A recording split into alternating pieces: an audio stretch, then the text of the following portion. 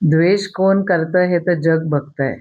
राहिला बावनकुळे साहेबांचा विषय, तर त्यांनी अमरावतीमध्ये जी घाण करून ठेवलेली आहे, ती कशी काय साफ करायची? आणि बावनकुळे साहेबांना बहुतेक कमी लिहिता वाचता येत असावं. कारण तिथं त्या पत्रामध्ये असं दिलेलं आहे, की तुम्ही वोटिंग झालं 15 तारखेनंतर पैसे द्या. तसंही तुम्ही 3 महिने उशिरा देताय. मागच्या 3 ते 4 महिन्याचे पैसे एकदम टाकायचा प्रयत्न करताय. तर तुम्ही एवढा उशीर केलाय ना, तर मग वोटिंग झाल्यानंतर करा. आम्ही महिलांना आधार मिळाला पाहिजे याच्या फेवरचे आहोत.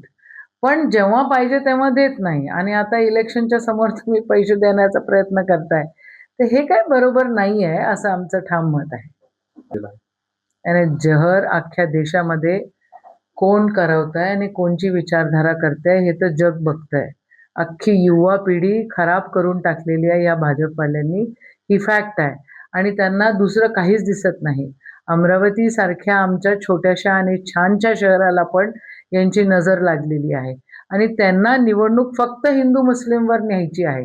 म्हणून त्यांचा गोंधळ सुरू असतो. आणि जहर जहर जे तुम्ही म्हटलं, हे तर तेच ओकत असतात. रोज ओकतात, सतत ओकतात आणि इलेक्शन आलं की जास्त ओकतात.